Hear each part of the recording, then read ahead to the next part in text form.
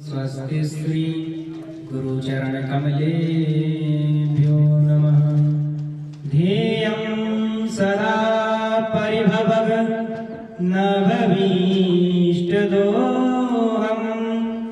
तीर्थास्पदं शिवविरञ्चिनुतं शरण्यं हृद्यार्तिहं प्रणतपालभवाब्धिपूतं वन्दे महापुरुषते चरणारविन्दं। नारायणं नमस्कृत्य नरं चैव नरोत्तमं देवीं सरस्वतीं व्यासं ततो जयमुदीरयेत्। कृष्णत्वदीयपदपङ्कजपञ्जरान्ते अद्वैव मे विशकुमानसराजहंस प्राणप्रयाणसमये कफवादपित्तैः कण्ठावरोधनविधौ स्मरणं कुतस्ते। जय जय श्री राधारमण, जय जय नवल किशोर, जय गोपी चित्तचोर प्रभु, जय जय माखन चोर। राधा मेरी स्वामिनी, मैं राधे जू को दास, जन्म जन्म मोहि दीजियो श्री वृंदावन को वास। बुद्धिहीन तनु जानिके सुमिरौ पवन कुमार, बल बुद्धि विद्या देहु में हरहु कलेश विकार। जड़ चेतन जग जीव जत सकल राममय जान, वंदन सबके पद कमल सदा जोरी जुग पान, सदा जोरी जुग पान। आइए मन और वाणी को पवित्र करने के लिए कुछ क्षण भगवान नाम संकीर्तन, इसके उपरांत हम कथा में प्रवेश करेंगे। तो सभी अपने मन और वाणी को पवित्र करते हुए कीर्तन करेंगे। गोविंद मेरो है, गोपाल मेरो है, गोविंद मेरो है, गोपाल मेरो है, गोविंद मेरो है, गोपाल मेरो है, गोविंद मेरो है, गोपाल मेरो है। जय जय राधा रमण नंदलाल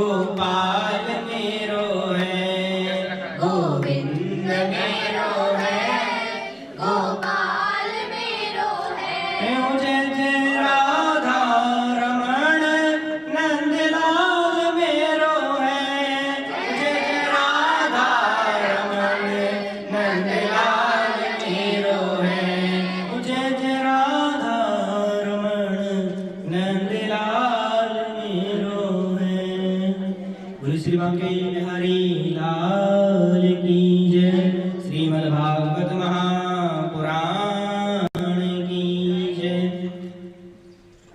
परात्पर अखिलेश्वर कारण करुणा वर्णालय भक्तवांछा कल्पतरु तनंद विनंदित पीतांबरधारी श्री मूर्मुकुटधारी श्री कृष्ण की वांग्मय प्रतिमूर्ति श्रीमद् भागवत महापुराण के श्री चरणों में इस बालक का प्रणाम। परम आराध्य वृषभानुनंदिनी किशोरी श्री राधा रानी जो पाप करता है वह तो पाप होता ही है, और जो उसे देखे या जो उसका साथ दे तो वह भी एक प्रकार से पाप ही होता है। इसलिए कभी भी तुम ना कभी पाप देखना और ना ही कभी पाप करना, कभी भी अपनी प्रजा पर अत्याचार नहीं करना।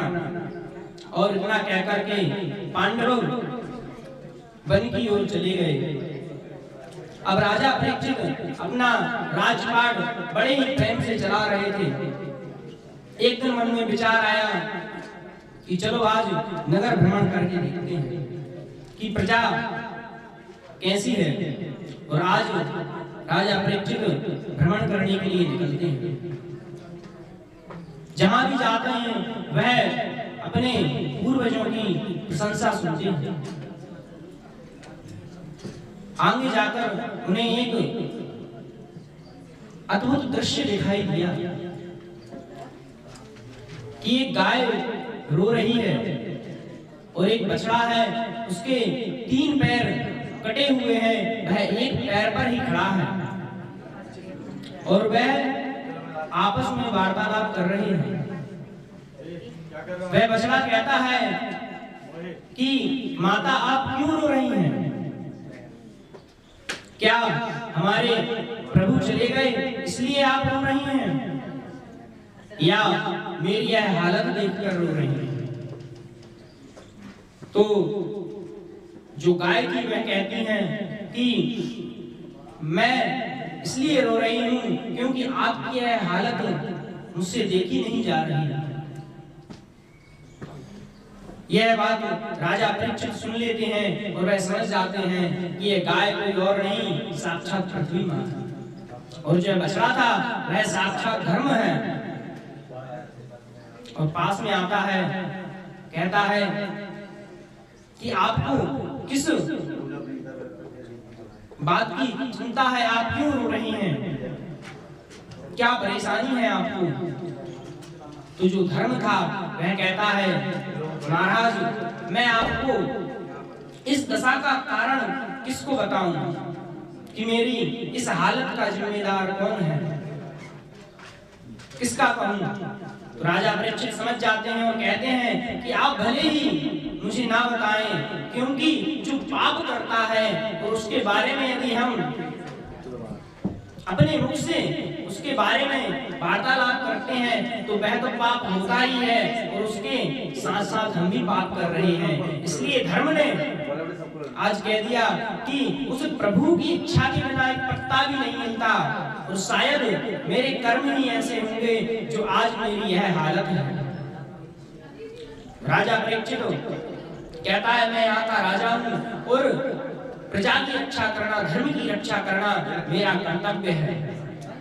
जैसे ही आगे बढ़ता है कि उसे एक व्यक्ति दिखाई देता है जो बहुत ही धूर्त और राक्षस प्रवृत्ति का रहता है।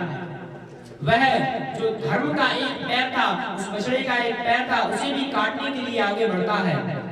और राजा उसे देख लेते हैं, कहते हैं अरे धूर्त तू ये क्या कर रहा है, इन गायों पर अत्याचार क्यों कर रहा है? जिनकी रक्षा करने के लिए स्वयं परमात्मा, जिनकी सेवा करने के लिए स्वयं मेरे प्रभु ने अवतार लिया, और जिनकी सेवा करते करते उनका नाम गोविंद पड़ा, गोपाल पड़ा, और आज तू उन्हीं पर अत्याचार कर रहा है। मैं तुझे छोड़ूंगा नहीं, तुझे मृत्यु दंड दूंगा। और जैसे ही राजा ने तलवार निकाली कि कलयुग राजा परीक्षित के शरण में आ गया और बोला महाराज मुझे क्षमा करो, मैं आपकी शरण में हूं, मैं आपकी शरण में हूं महाराज। तो राजा परीक्षित को अपने पूर्वजों की बात याद आ गई कि कभी भी शरणागति को दंड नहीं देना चाहिए। जो सभी तेया वा शरणाही, जो सभी तेया वा शरणाही, रखिहं ताहि प्राण की नाहि, रखिहं ताहि प्राण की नाहि। जो शरण में आ जाए उसे दंड नहीं देना चाहिए। राजा ने कहा मैं तुम्हें मारूंगा तो नहीं, पर तुम कलयुग हो और कलयुग, कली का अर्थ ही होता है कलह। जहां तुम रहोगे वहां कलह, अत्याचार, पापाचार अवश्य होगा, इसलिए तुम मेरे राज्य को छोड़ करके चले जाओ। राजा परीक्षित से कलयुग प्रार्थना करता है कि महाराज मैं आपकी शरण में हूं और कहां जाऊं, जहां देखो वहीं आपका राज्य है, जाऊं तो मैं कहां जाऊं। आपने मेरे अवगुण तो देखे हैं, पर महाराज आपने मेरा गुण नहीं देखा। मुझ में एक गुण है, तो वह क्या गुण है? राजा परीक्षित कहते हैं कौन सा गुण है तुम में?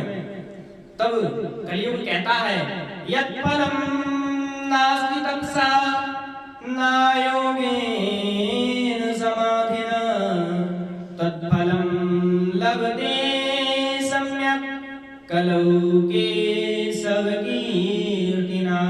महाराज जो फल कलयुग में है वह किसी और युग में नहीं था। हजारों वर्ष तपस्या करने से जो फल प्राप्त होता है वह कलयुग में मात्र भगवान का नाम लेने से वह फल प्राप्त हो जाता है। कलयुग केवल नाम आधारा, कलयुग केवल नाम आधारा, सुमीर सुमीर उतरहि पारा, सुमीर सुमीर नर उतरहि पारा।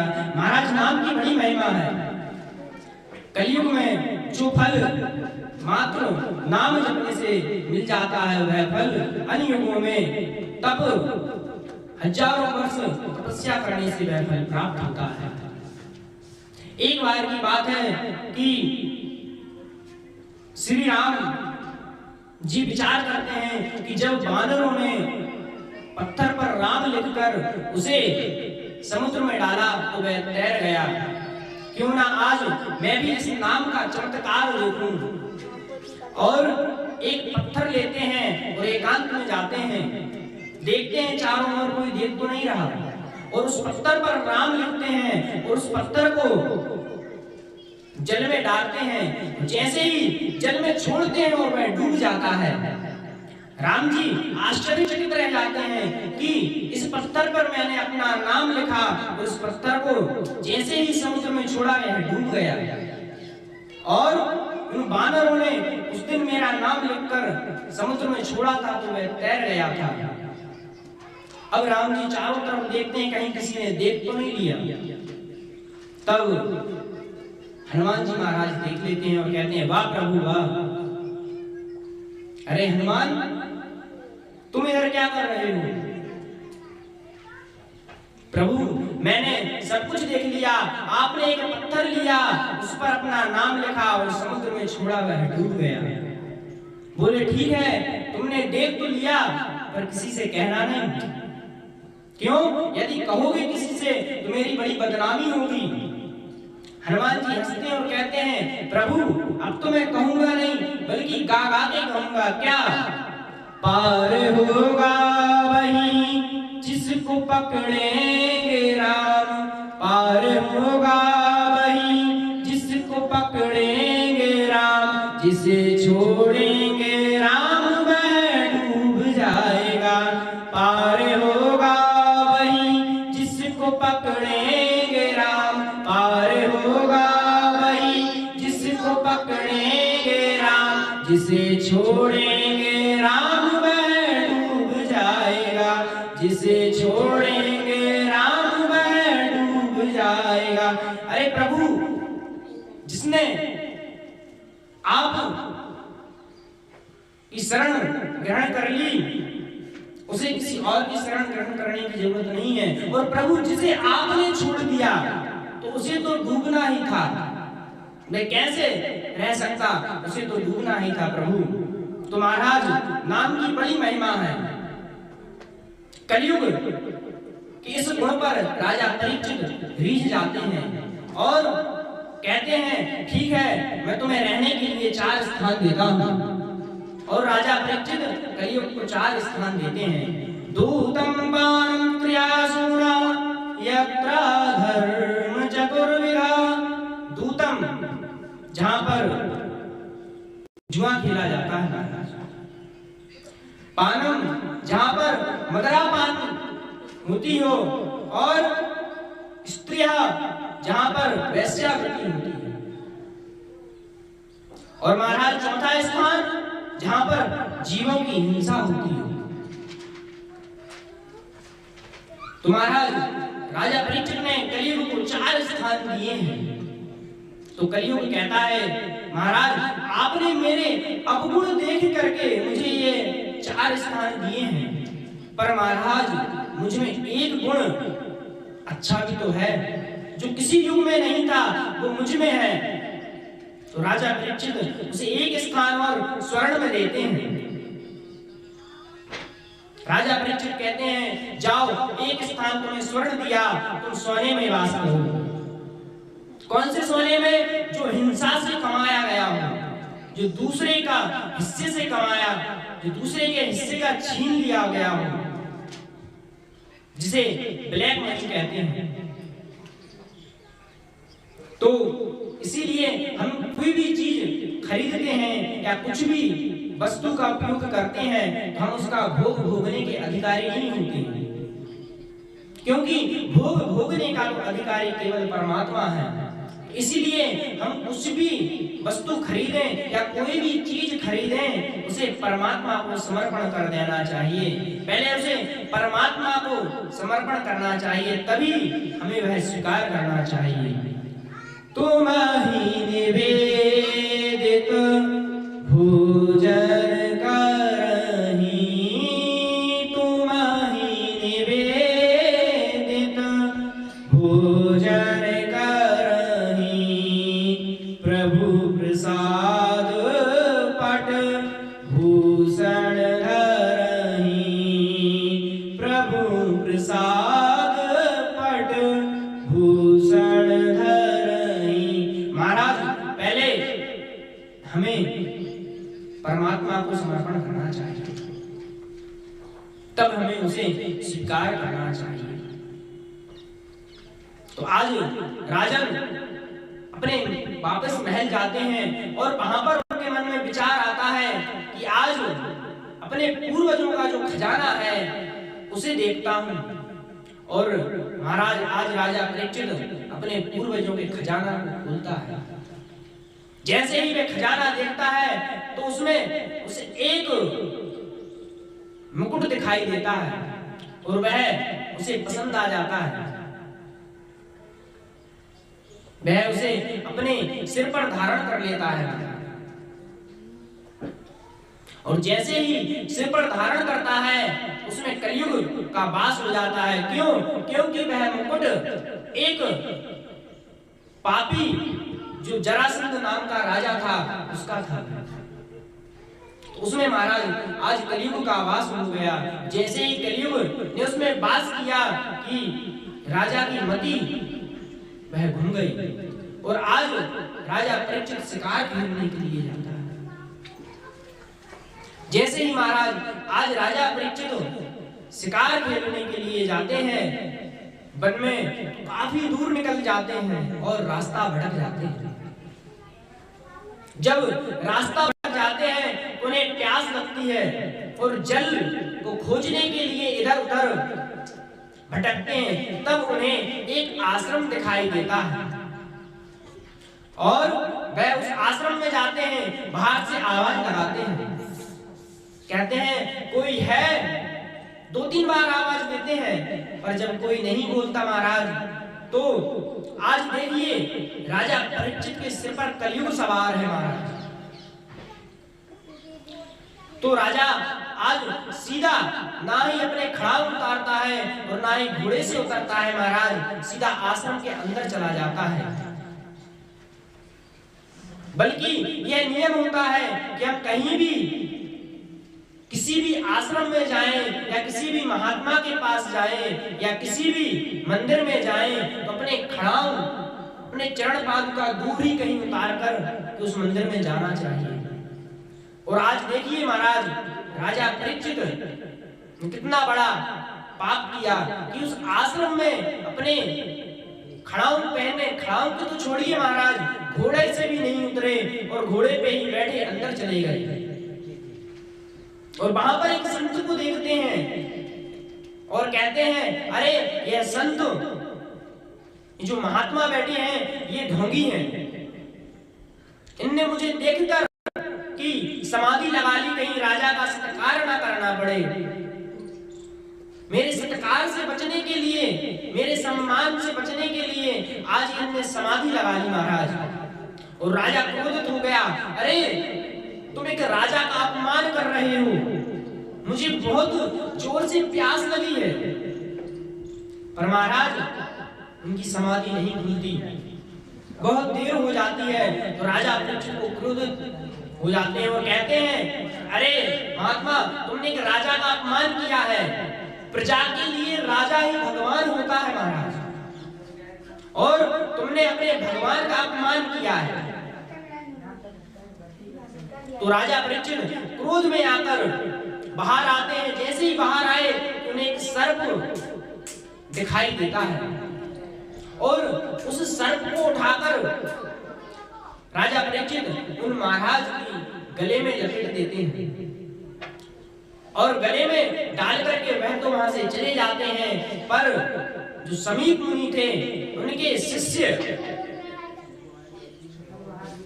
यह कार्य देख लेते हैं और वहां से दौड़ करके जाते हैं। श्रृंगी ऋषि जो उनके पुत्र है, वह कौशिक नदी में स्नान कर रहे थे। कहते हैं अरे श्रृंगी, तुम यहाँ स्नान कर रहे हो और तुम्हारे पुत्र का वहां राजा ने अपमान कर दिया। तुम्हारे पुत्र का जैसे ही पुत्र ने सुना कि अरे आज मेरे पिताजी का अपमान राजा ने किया है, तो क्रोध में आकर और राजा को श्राप देते हैं। कहते हैं अरे राजन, तूने अपने अभिमान में आकर आज मेरे पिताजी का अपमान किया है, मैं तुझे श्राप देता हूँ। इति लंकित मर्यादं तक्षका सप्तमे हरि दंक्षयति स्मुकुलांगारं नोदितो में तद्रुहा। अरे महाराज, तुमने अपनी मर्यादा को लांघ करके क्रोध में आकर श्राप दे दिया महाराज। कहा तुमने अपनी मर्यादा का उल्लंघन किया है और आज एक महात्मा को तुमने अपमान किया है। महाराज आज राजा परीक्षित को श्राप दिया कि जिस सर्प से तुमने मेरे पिताजी का अपमान किया है, उसी सर्प के काटने से आज से 7वें दिन तुम्हारी मृत्यु हो जाएगी। जैसे ही महाराज श्राप दिया और गुरुपुत्र अपने आश्रम आए और आकर अपने पिता के गले में वह सर्प देख करके रोने लगे और महाराज आज रोते हैं। जैसे ही उनकी रोने की आवाज आती है कि उनके नेत्र खुल जाते हैं और कहते हैं अरे पुत्र, तुम क्यों रो रहे हो? जैसे ही महाराज अपने गले में सर्प देखा, अरे मेरे गले में सर्प, निकाल करके बाहर फेंक देते हैं और कहते हैं पुत्र तुम क्यों रो रहे हो? अरे पिताजी, आज आपका एक राजा ने अपमान किया है और मैंने उसे श्राप दे दिया कि जिस सर्प से उनने आपका अपमान किया उसी सर्प के राजा तक्षक नाग के काटने से आपकी 7वें दिन मृत्यु हो जाएगी। जैसे ही समीक ऋषि ने सुना कि वह, कहते हैं आप जानते हो कि वह राजा कौन थे? कहते हैं कोई भी हो, मुझे उससे क्या, उसने आपका अपमान किया है और आपका अपमान किया है इसलिए मैंने उन्हें श्राप दे दिया। तो आज महाराज समीक मुनि ध्यान लगाकर देखते हैं, जैसे ही अपने नेत्र बंद करते हैं कि राजा परीक्षित दिखाई पड़ते हैं, तुरंत आश्चर्यचकित हो जाते हैं। अरे पुत्र, तुमने यह अच्छा नहीं किया। अरे जिनके राज्य में हम निश्चिंत होकर उन ठाकुर जी का भजन कर रहे हैं, उस परमात्मा का भजन कर रहे हैं, और आज तुमने उन्हीं राजा को श्राप दे दिया। यह तुमने ठीक नहीं किया पुत्र। ऐसा राजा हमें अब दोबारा मिलने वाला नहीं है, क्योंकि कोई व्यक्ति यदि अच्छा होता है तो हमें उसका तब आभास नहीं होता, पर जब वह हमसे दूर चला जाता है तब हमें उस व्यक्ति के बारे में आभास होता है। पुत्र, तुमने ठीक नहीं किया। और उधर जैसे ही राजा परीक्षित अपने महल पहुंचे, जैसे ही अपना मुकुट उतारा कि उन्हें याद आ गया, अरे मैंने आज बहुत बड़ा अपराध किया है, मैंने एक संत का अपमान किया है, मैंने एक जन्म नहीं अपने कई जन्म नष्ट कर दिए। महाराज, आज राजा परीक्षित बड़े दुखी होते हैं कि मैंने एक संत को, इतना बड़ा एक संत का अपमान किया। महाराज बड़े दुखी होते हैं और इतने में समीक मुनि के परम प्रिय शिष्य आते हैं और एक राजा का दूत आता है। वह कहता है, महाराज समीक मुनि के शिष्य आपसे मिलने आए हैं। राजा दौड़े दौड़े आते हैं और कहते हैं, महाराज मैं आपके आश्रम आने ही वाला था, मुझसे बहुत बड़ा अपराध हो गया। तब शिष्य कहते हैं कि राजन, अब तो बहुत देर हो चुकी, अब तो बहुत देर हो गई। गुरुपुत्र ने आपको श्राप दिया है कि आज से 7वें दिन आपकी तक्षक नाग के काटने से मृत्यु हो जाएगी। राजा ने जैसे ही सुना तो राजा कहता है, अरे महाराज, यह तो मेरे साथ अन्याय हुआ है, मैंने इतना बड़ा अपराध किया है कि मेरी तत्क्षण ही मृत्यु हो जानी चाहिए थी, पर मुझे तो ये 7 दिन मिले हैं, पर अब जब 7 दिन मिले हैं तो इन्हें जीना तो पड़ेगा। तब वह महात्मा कहते हैं कि राजन, आपको यह 7 दिन मिले हैं, तो इन 7 दिन में आप अपने मुक्ति का कोई उपाय ढूंढ लीजिए। तब राजा तुरंत अपना राजपाट त्याग कर जन्मेजय को राजा बना करके आज गंगा नदी के किनारे पहुंच जाते हैं। जैसे ही गंगा नदी के किनारे पहुंचते हैं और वहां पर सभी संत महात्मा धीरे धीरे एकत्रित होने लगते हैं। महाराज जैसे ही सब संत महात्माओं को राजा परीक्षित ने देखा और गदगद हो गए। महाराज, आज देखिए मेरे कितने बड़े भाग्य हैं जो आप सभी का मैं दर्शन कर रहा हूं। जन्म जन्मांतरों के पुण्यों का जब उदय हुआ होगा, जब मुझे आज आप सबके दर्शन हुए हैं। उस गुरु पुत्र ने मुझे श्राप नहीं दिया, मुझे आशीर्वाद दिया है कि आप सभी के दर्शन मुझे प्राप्त हुए हैं। बड़े भाग तब जानिए जब मिलने आवे संत, और संतन को मिलबो करे सब कष्टन को अंत।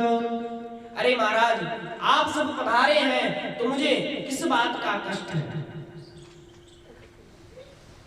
मेरा तो कल्याण हो गया कि आज इतने सारे सब एक साथ संत महात्मा मेरे कल्याण के लिए यहाँ पर एकत्रित हुए हैं।